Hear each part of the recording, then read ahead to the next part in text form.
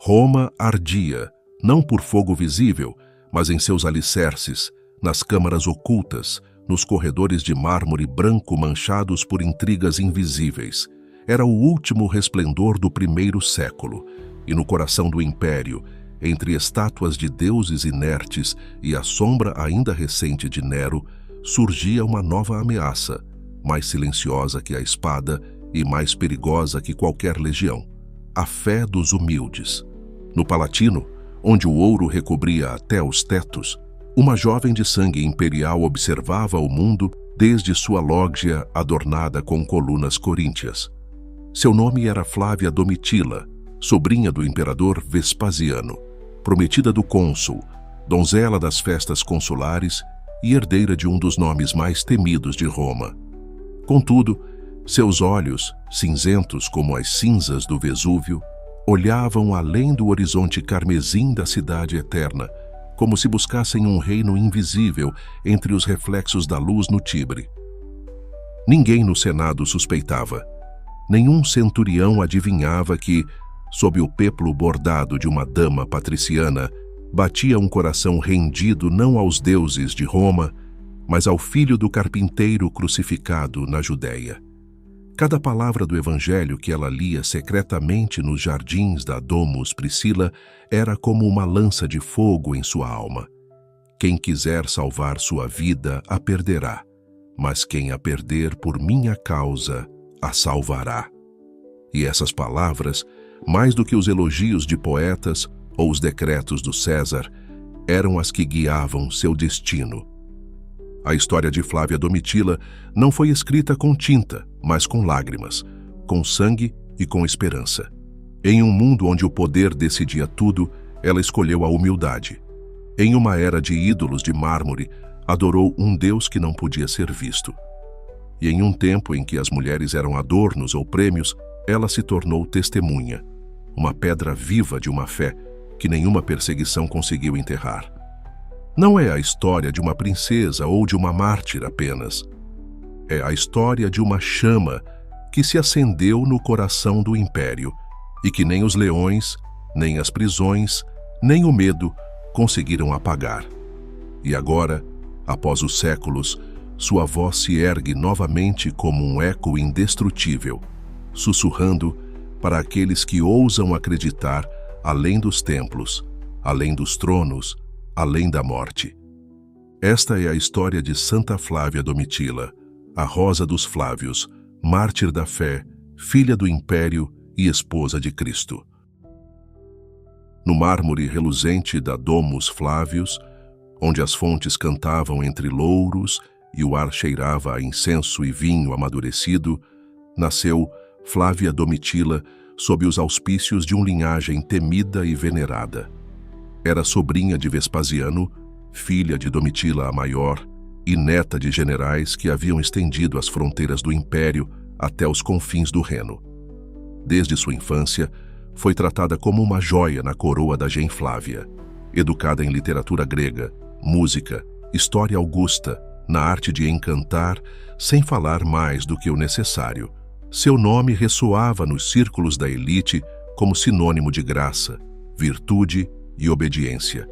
Mas o que ninguém via era que em seu coração havia uma inquietação que os poetas não sabiam descrever. Aos 13 anos, enquanto passeava entre as colunas do templo de Vênus Genetrix, acompanhada por sua ama, perguntou com a voz suave que usava quando algo a turbava: por que, se os deuses são tão poderosos, não impedem a miséria dos escravos nem o choro das mães? A ama, turbada pela pergunta, guardou silêncio. Flávia não insistiu, mas naquela noite não dormiu. Em sua alma começava a crescer uma suspeita que nenhum filósofo conseguiria acalmar. Os anos passaram e, como era costume entre as famílias senatoriais, foi prometida em casamento ao homem que seu avô, o imperador, considerava mais útil para a estabilidade política do clã. Tito Flávio Clemente, cônsul designado, homem de temperamento apaziguado, sábio nas letras, mas ainda mais hábil na arte de não dizer o que pensa. Casaram-se em um banquete celebrado nos jardins da Vila Flávia, em Tusculum, com a presença de vestais, poetas e enviados do César. Roma se vestia de gala, mas a alma de Flávia parecia se afastar de tudo aquilo. O povo aclamava sua beleza, mas nela começava a nascer uma sede que o ouro não saciava. À noite, ao se retirar para seus aposentos, costumava caminhar sozinha pelos corredores à sombra, parando para observar os nichos onde estavam as estátuas de mármore dos deuses tutores. Perguntava-se por que, se tudo estava tão ordenado, o mundo parecia tão vazio. Um dia, enquanto passeava pela vila suburbana de sua prima Priscila, foi conduzida pela curiosidade ao fundo de um jardim oculto. Ali, em uma pequena galeria escavada na rocha, encontrou várias mulheres reunidas em torno de uma lâmpada de óleo. Cantavam baixinho um hino desconhecido para seus ouvidos, mas que fez estremecer seu peito com um fervor inexplicável. "Quem sois?" perguntou com voz trêmula. Uma delas, anciã de rosto sereno e olhos profundos, se inclinou com doçura. "Somos servas do único Deus verdadeiro", disse. "Aquele que não se esculpe em pedra nem vive em templos, mas no coração de quem crê." Flávia não disse nada. Apenas ficou olhando a chama trêmula da lâmpada. Era como se sua alma, finalmente, lembrasse algo que tinha esquecido. Aquele encontro mudou seu rumo. Não foi repentino. Foi como o derretimento da neve ao sol, lento, silencioso, inevitável. Através de sua prima Priscila, Flávia foi introduzida na pequena e secreta comunidade cristã de Roma. Ouvia a leitura das cartas de Paulo em voz baixa, memorizava os salmos em latim vulgar e perguntava sobre aquele Jesus que havia morrido como um criminoso, mas ressuscitado como um rei. Tudo aquilo era contrário ao seu mundo e, ainda assim, tudo fazia sentido. Uma noite, após uma daquelas reuniões secretas nas catacumbas de Domitila, Priscila tomou suas mãos e lhe disse: "Seu lugar não está entre mármores nem cetros, Flávia. Você foi chamada para servir a outro reino. Você sente isso?" Ela baixou a cabeça. Não chorou, mas respondeu com um sussurro que era mais forte que qualquer grito: "Eu sei, e tenho medo." "O medo é o limiar da fé", respondeu Priscila. "Não tenha medo de ser o que já é." Desde então, Flávia viveu em dois mundos. Durante o dia se mostrava como a esposa do cônsul, anfitriã de banquetes, voz comedida nos debates domésticos. Mas à noite, em silêncio, escrevia com carvão sobre tabletes as palavras do Evangelho. Recitava o Pai Nosso olhando para as estrelas e fechava seus olhos implorando a esse Deus invisível que a sustentasse no que estava por vir. E embora ainda não soubesse, aquele caminho, feito de segredo, fogo e entrega, a conduziria não ao trono do império, mas ao martírio e à glória. Era uma noite sem lua, e sobre Roma se estendia um silêncio estranho, como se o céu contivesse a respiração. Flávia, envolta em um manto escuro que cobria seus cabelos dourados, descia lentamente pelos degraus esculpidos na rocha que conduziam às catacumbas da Via Ártia. Ao seu lado, Priscila segurava uma lâmpada trêmula. As sombras de ambas deslizavam pelas paredes úmidas como espectros de outro tempo. Lá embaixo, onde os mártires dormiam seu sono sem nome, começaria uma nova vida. O pequeno grupo que aguardava no final do corredor a recebeu com respeito reverente. Entre eles estavam Nereu e Aquiles, dois antigos soldados que, ao conhecerem Cristo, haviam abandonado o serviço das armas para se consagrar ao Evangelho. Sua presença era forte, mas serena. Era possível ver em seus rostos a paz de quem já não teme a morte. "Você está decidida, irmã?" perguntou Nereu com voz grave. Flávia assentiu. Não tremia. Em seus olhos brilhava uma certeza que havia amadurecido lentamente no silêncio de sua alma. "Quero morrer para o mundo", respondeu, "e viver apenas para ele." Um silêncio sagrado envolveu a câmara funerária, transformada em capela. Sobre uma pedra esculpida, uma jarra de água e uma cruz de madeira velha eram os únicos adornos. Priscila colocou a lâmpada junto à parede e a tênue luz desenhou um halo sobre o rosto de Flávia, que retirou o manto e ficou de pé com uma túnica branca, simples como a fé que abraçava. Nereu pegou a jarra com mãos firmes e começou a orar. Flávia Domitila, serva do Altíssimo, renuncia ao príncipe deste mundo e às suas obras? Renuncio, respondeu ela sem hesitar. Você crê em Jesus Cristo, Filho do Deus vivo, que foi crucificado, morto e sepultado, e que ao terceiro dia ressuscitou para a vida eterna? Creio, disse Flávia, e sua voz ecoou nas paredes com a força de quem se entrega completamente. Então Nereu derramou a água sobre sua cabeça, 1, 2, 3 vezes, e pronunciou as palavras sagradas. Eu te batizo em nome do Pai, do Filho e do Espírito Santo. A água percorreu seu rosto como um rio silencioso, e com ela pareceram ir embora todos os medos, as dúvidas, as máscaras. Quando abriu os olhos, Flávia já não era uma dama de Roma. Ela era cristã, e sua alma, leve como o perfume do nardo, subia em direção a um amor que não poderia ser explicado com palavras humanas. Naquela noite, o canto de um salmo em voz baixa preencheu as catacumbas, enquanto os novos irmãos se aproximavam para abraçá-la um por um. Naquele círculo de pedra e fé, Flávia encontrou mais verdade do que em todos os palácios onde vivera. De volta para casa, caminhou sem olhar para trás. Os ecos do Palatino, os festins do Senado, as festas do Império já não eram mais seu mundo. Em seu interior, uma chama se acendera, e essa chama não era deste mundo. A partir daquele dia, sua vida se tornou um delicado equilíbrio entre o dever e a missão secreta. Na corte, continuava sendo a esposa do cônsul Tito Flávio Clemente, que, sob a influência serena de sua esposa, começou a se interessar pelos ensinamentos de Jesus. No começo, com ceticismo, depois com desejo e, finalmente, com fé. Os dois costumavam caminhar pelos jardins fingindo conversar sobre assuntos de Estado, quando na verdade comentavam as cartas de Paulo. E se o César soubesse? Perguntou Clemente uma tarde, olhando para as estátuas ao redor. Que saiba, respondeu Flávia, sem tirar os olhos do céu, mas que nos encontre firmes. Em segredo, Clemente foi batizado por Nereu na mesma cripta onde sua esposa havia renascido. Juntos começaram a acolher outros conversos, senadores, escravos, mulheres do templo, antigos soldados. Sua domus, antes reflexo do esplendor imperial, se transformou em uma rede viva de oração e ajuda aos pobres.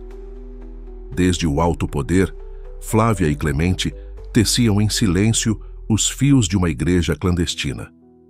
E enquanto nas ruas de Roma se erguem novas estátuas do César Domiciano, no coração de seus súditos começava a surgir uma certeza mais forte que qualquer decreto. A certeza de que havia um reino onde o poder não era ouro, mas misericórdia. Um reino ao qual uma mulher patrícia, com sangue de imperadores, se uniu por amor. Um reino pelo qual, se necessário fosse, estava disposta a morrer. Roma estava inquieta. Algo invisível se agitava sob suas colunas como um murmúrio que serpenteava entre as pedras do Fórum e as sombras do Coliseu. Era o ano 95 depois de Cristo. Domiciano, filho do falecido Vespasiano, havia consolidado seu poder com mão de ferro. Em cada canto do império, seus bustos se erguiam com a inscrição Dominus et Deus, Senhor e Deus. Ele não se contentava em governar, queria ser adorado, e quem não o fizesse, não viveria. O palácio dos Flávios brilhava com mais pompa do que nunca, mas dentro de suas paredes a tensão poderia ser cortada com uma faca. Flávia Domitila, agora mais serena do que em seus anos de juventude, sabia que sua vida estava pendurada por um fio. O número de cristãos crescia, e com isso, também as suspeitas do César. Domiciano, devorado por sua paranoia, havia começado a enviar espiões às casas dos nobres, procurando sinais de traição, heresia ou fé. Uma manhã, enquanto a névoa do Tibre ainda flutuava sobre os jardins imperiais, Flávia foi chamada à presença do próprio Domiciano. Entrou na sala do trono com passo firme. Vestia uma túnica sóbria, sem joias, sem penteado cerimonial. Somente a cruz bordada na bainha de seu vestido falava por ela, discreta, mas inabalável. O imperador a recebeu em pé, acompanhado de seu pretoriano. Seu rosto, esculpido pelo ódio e pelo medo, era uma máscara de controle. "Sobrinha", disse ele, quase com uma doçura venenosa, "dizem que em sua casa já não se celebram os ritos familiares, que as libações a Júpiter cessaram, que não faz sacrifícios pela minha saúde. Pode me explicar o porquê?" Flávia manteve o olhar fixo, sem desafiar, mas sem desviar os olhos. "Porque rezo por ti ao único Deus que pode salvar, tio. E a ele não se oferece incenso nem animais, mas o coração." Um murmúrio percorreu o recinto. O pretoriano a olhou como se já estivesse morta. "Você se atreve a me dizer", insistiu Domiciano, "que seu Deus é superior ao meu, que não sou digno de adoração?"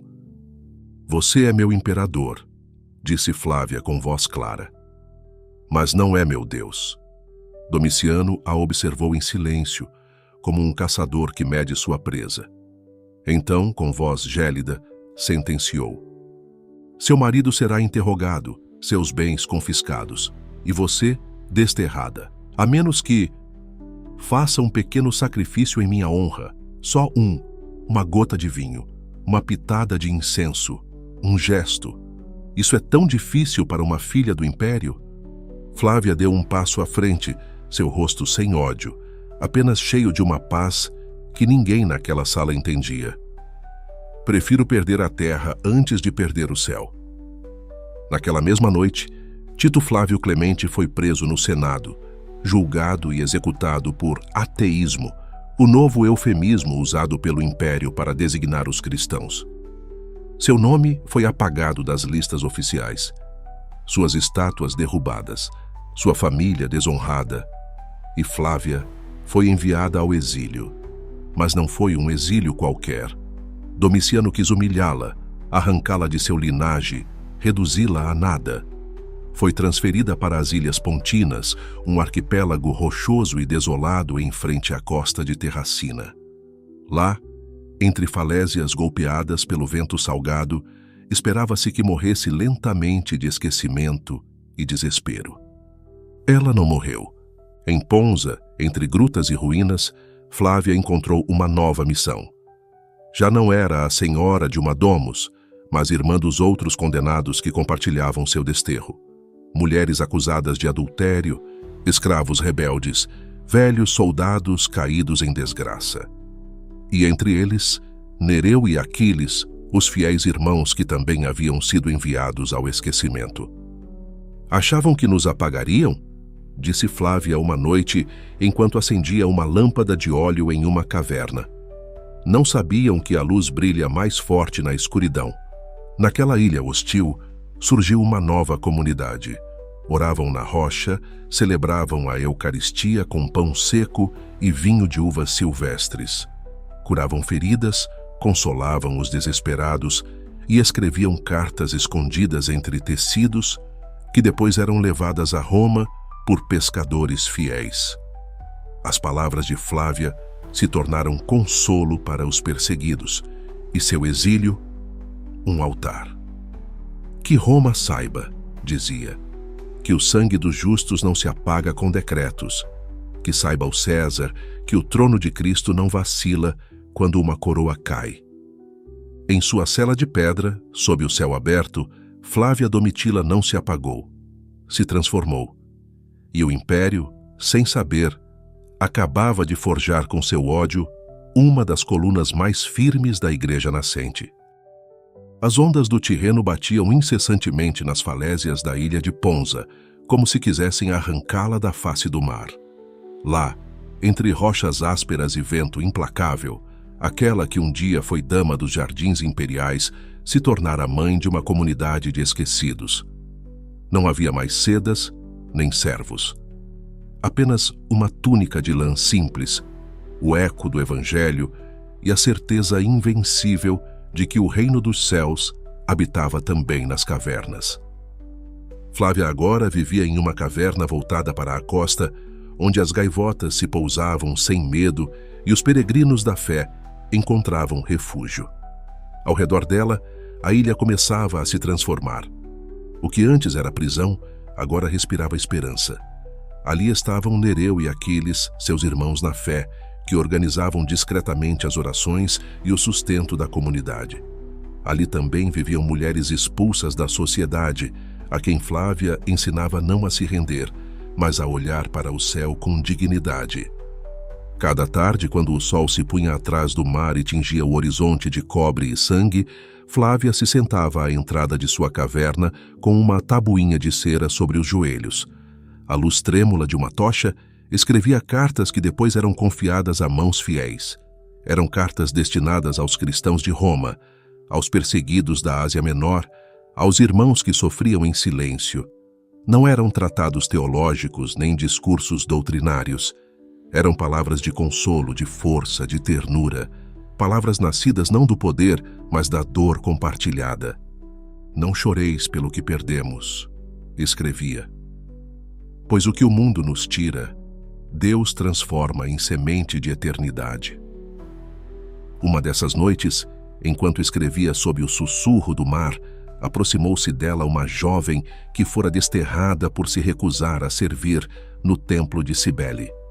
Seus olhos estavam vermelhos de tanto chorar, e sua voz era quase um fio quebrado. Não entendo, senhora. Por que Deus permite este abandono? Flávia levantou o olhar, deixando de lado a tabuinha.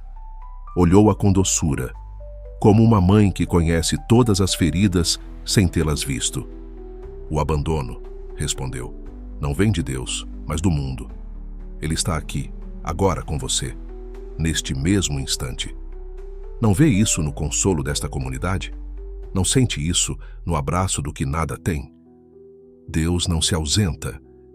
Ele se disfarça de dor para nos ensinar o amor verdadeiro. A jovem caiu de joelhos e rompeu em soluços. Flávia a abraçou sem dizer mais nada, deixando que a noite fizesse seu trabalho sagrado na alma quebrada. A comunidade de Ponza crescia, não em número, mas em fervor. Cada novo dia era celebrado como um presente, cada pedaço de pão compartilhado como um milagre.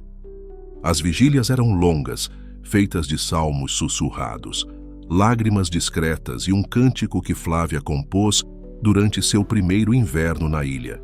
Dizia assim: Tu que fazes do vento teu mensageiro e do fogo teu servo, entra no meu exílio e faze dele tua morada. Tu que vês o justo em sua solidão, alimenta sua lâmpada com o azeite de tua glória. Um dia, entre o fluxo de cartas que saíam da ilha, uma chegou até as mãos de uma viúva romana, fiel devota e mecenas do cristianismo na clandestinidade. Seu nome era Plautina, e ao ler as palavras de Flávia, sentiu que já não poderia mais ficar calada. Começou a divulgar discretamente os escritos da exilada, copiando-os à mão, lendo-os nas reuniões noturnas dos cristãos, escondidos nas catacumbas. Assim, sem exército ou espada, Flávia voltava a Roma. Voltava em forma de palavra, de consolo, de exemplo. Sua figura, uma sombra exilada, começava a brilhar como um farol para os perseguidos. Alguns diziam que seus escritos continham sabedoria digna dos profetas. Outros, simplesmente, chamavam-nos de as cartas da mãe. Enquanto isso, na ilha, a perseguição não cessava. Os emissários do César continuavam enviando oficiais para verificar se os exilados conspiravam. Uma tarde, um novo oficial desembarcou na costa com a testa franzida e a espada pendurada no cinto. Chamava-se Máximos. Já tinha visto muitas guerras, muitas mortes.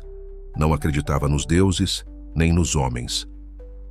"Você é Flávia Domitila?" perguntou com um tom áspero ao vê-la. "Sou", respondeu ela sem temor, mantendo-lhe o olhar firme. "Dizem que escreve para Roma, que fala de um reino invisível. Você se atreveria a me dizer por quê?" Flávia sorriu levemente, como quem oferece uma taça de água ao sedento. "Porque há coisas que nem o aço nem o César podem matar, e uma delas é a esperança." Máximos não respondeu. Apenas a observou por um longo tempo, em silêncio.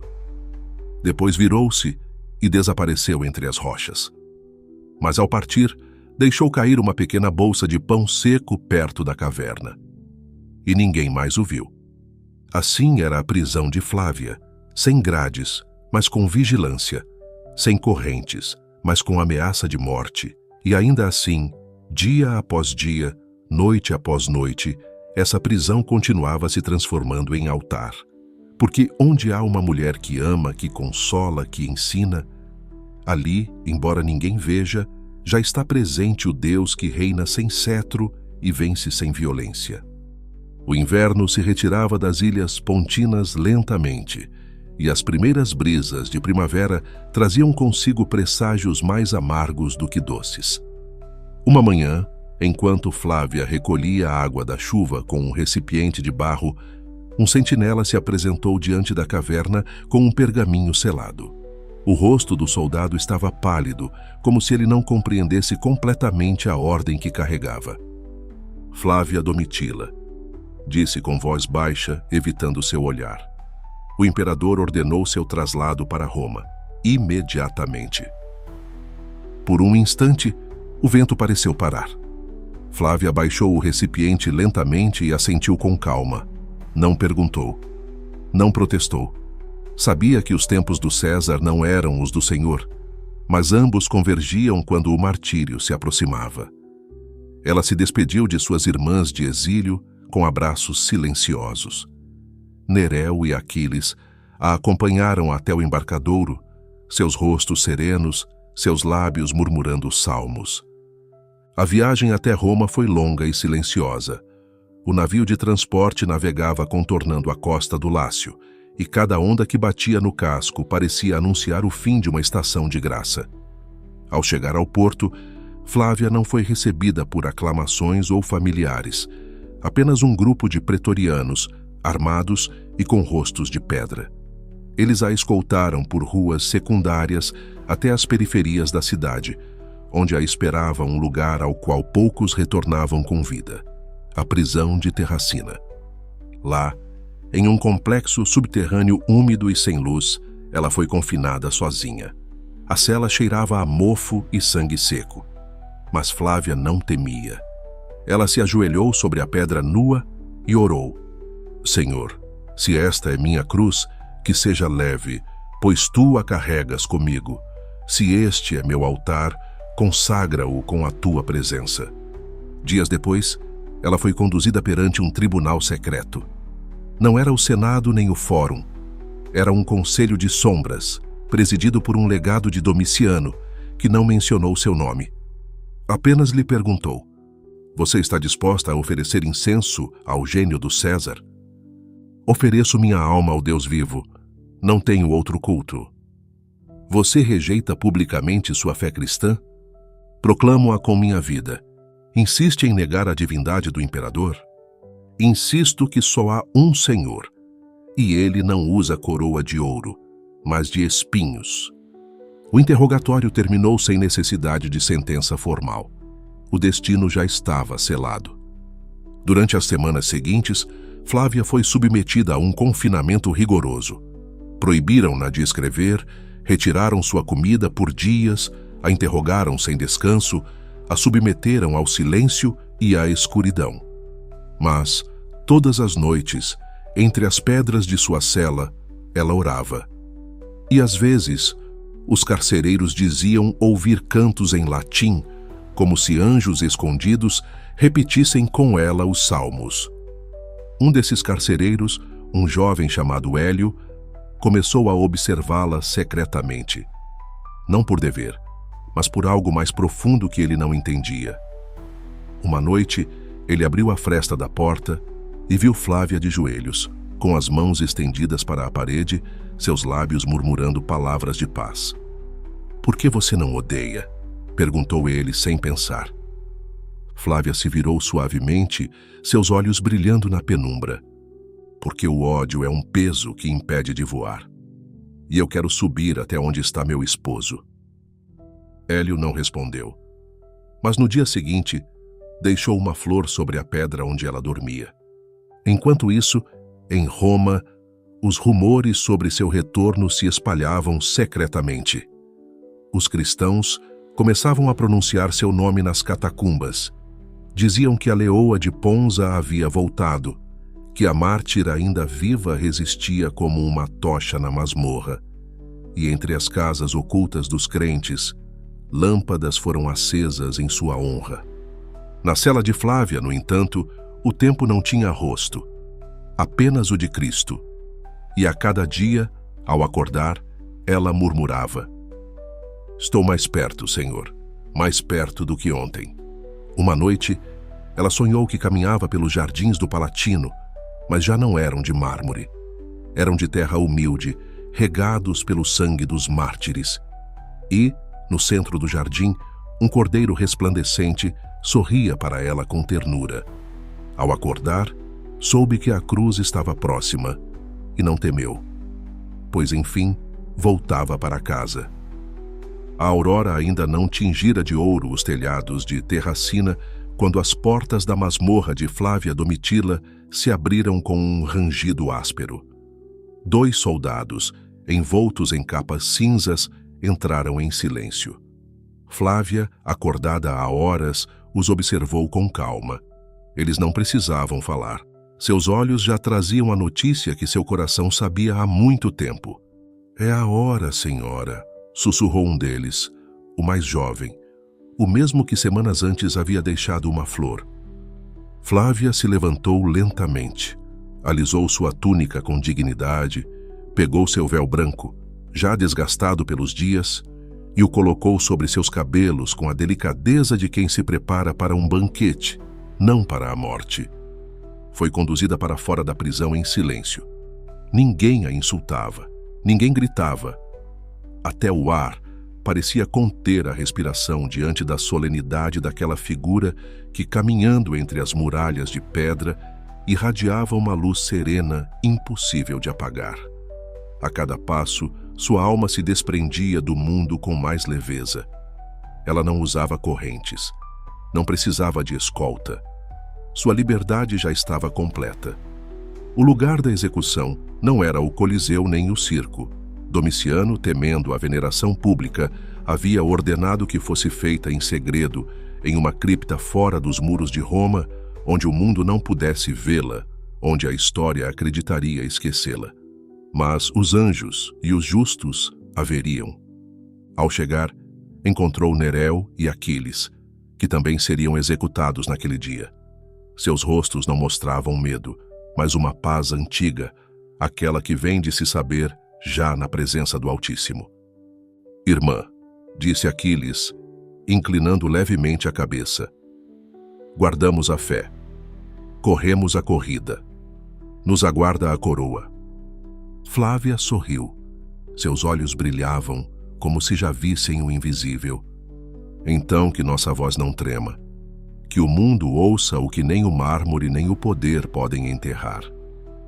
Os 3 foram conduzidos a uma câmara subterrânea, escavada na rocha. Ali, conforme o mandato imperial, seriam sepultados vivos, uma condenação reservada para os de sangue nobre que desafiavam o César sem empunharem espada. Os soldados, seguindo a ordem, não proferiram insultos, apenas fecharam a pesada laje de pedra atrás deles, bloqueando a entrada da luz. A escuridão foi imediata, o ar úmido, o silêncio total. Então Flávia falou: "Cantemos." E naquele sepulcro vivo começou um hino, não um grito de desespero, mas um canto de esperança. Com voz firme, Flávia entoou as palavras dos salmos que desde criança aprendera, mas que só agora compreendia em sua totalidade. O Senhor é o meu pastor, nada me falta. Em verdes pastagens me faz repousar. Guia-me junto a águas tranquilas e restaura as minhas forças. Nereu e Aquiles a acompanharam. Suas vozes, unidas na penumbra, eram como fogo invisível que subia até o céu. A morte não chegou com violência. Chegou como um sonho. O oxigênio se tornou escasso, o canto foi se apagando, os joelhos se dobraram e os lábios, ainda murmurando orações, se calaram um a um. Quando a última palavra foi dita, quando a última lágrima rolou sobre a pedra, a alma de Flávia se elevou. E em sua ascensão, a história de Roma mudou para sempre. Os soldados cobriram a entrada com terra e escombros, mas um deles, Elio, o jovem que a ouvira orar, não se moveu. Caiu de joelhos diante do local selado, com os olhos fixos na pedra. Não foi um crime, sussurrou. Foi uma oferenda. E em segredo, marcou a rocha com um sinal que apenas os cristãos entenderiam. Uma cruz. Os dias passaram, depois os anos, mas o local nunca foi esquecido. Hélio, convertido em discípulo, guiou outros até o túmulo. Lá, em silêncio, começaram a se reunir, a orar, a recordar. Assim nasceu o culto a Santa Flávia Domitila, não por decreto de imperadores, mas pelo testemunho dos que viram em sua morte uma semente. E essa semente, enterrada com ela na rocha, germinou na fé de gerações inteiras, dando frutos ainda séculos depois. Ela, que teve tudo, entregou tudo. Ela, que poderia ter reinado, escolheu servir. Ela, que poderia ter permanecido em silêncio, falou com seu sangue. E Deus, que não esquece os seus, a coroou para sempre como mártir, esposa e mãe do novo reino. Roma continuou a girar. As coroas mudaram de dono. Domiciano caiu, traído pelos seus, e seu nome foi apagado das paredes do Senado. Outros Césares ocuparam o trono, e a cidade voltou a se vestir de ouro e mármore. Mas entre os cristãos, aqueles que se reuniam na sombra, em criptas, cemitérios e poços vazios, o nome de Flávia Domitila começou a ser passado de lábios a lábios, como uma chama que não se apagava. Não havia retratos dela. Não restavam estátuas. Mas onde houve silêncio, agora havia testemunho. E onde houve escuridão, agora havia luz. Na catacumba de Domitila, sob a via Ardeatina, começaram a se reunir homens e mulheres de todas as classes para orar. Ali, escondidas entre túneis serpenteantes, estavam as tumbas de Nereu, de Aquiles e a dela. Ninguém sabia como seu corpo havia chegado até ali.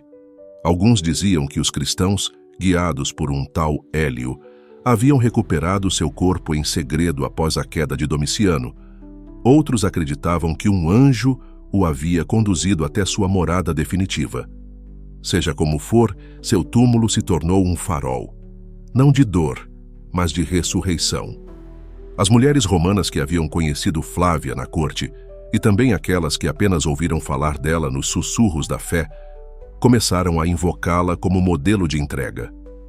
Priscila, já idosa, organizava as vigílias de um canto discreto, lembrando em voz baixa as palavras daquela sobrinha de imperadores que um dia renunciou a tudo por Cristo. Ela não fugiu de sua cruz, dizia ela. Ela a abraçou e nos ensinou que o martírio não é uma derrota, é uma vitória invisível. Com os anos, as catacumbas foram ampliadas. Pinturas rupestres começaram a aparecer em suas paredes. A imagem de uma mulher com os braços abertos para o céu, vestida de branco, cercada por ramos de palma. Ninguém escreveu seu nome. Não era necessário. Todos sabiam quem ela era. E não apenas em Roma. Nas províncias mais distantes do império, ouvia-se falar de uma nobre que abandonou o trono para se ajoelhar diante do Deus dos escravos. Na Espanha, na África, na Gália, os bispos citavam seu nome nos ofícios. Sua história inspirava virgens consagradas, catecúmenos em risco, soldados convertidos.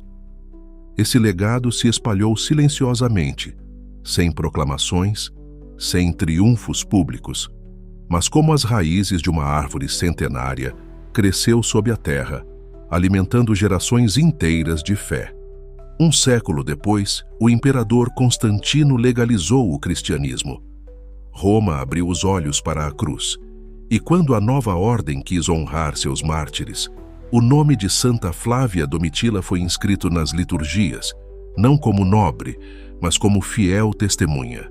Foi construída uma basílica sobre as catacumbas que levavam seu nome, e ali os peregrinos vinham com lágrimas, com lâmpadas de óleo, com filhos nos braços e promessas no coração. Mas além dos templos ou relicários, sua verdadeira herança ficou gravada na alma da Igreja.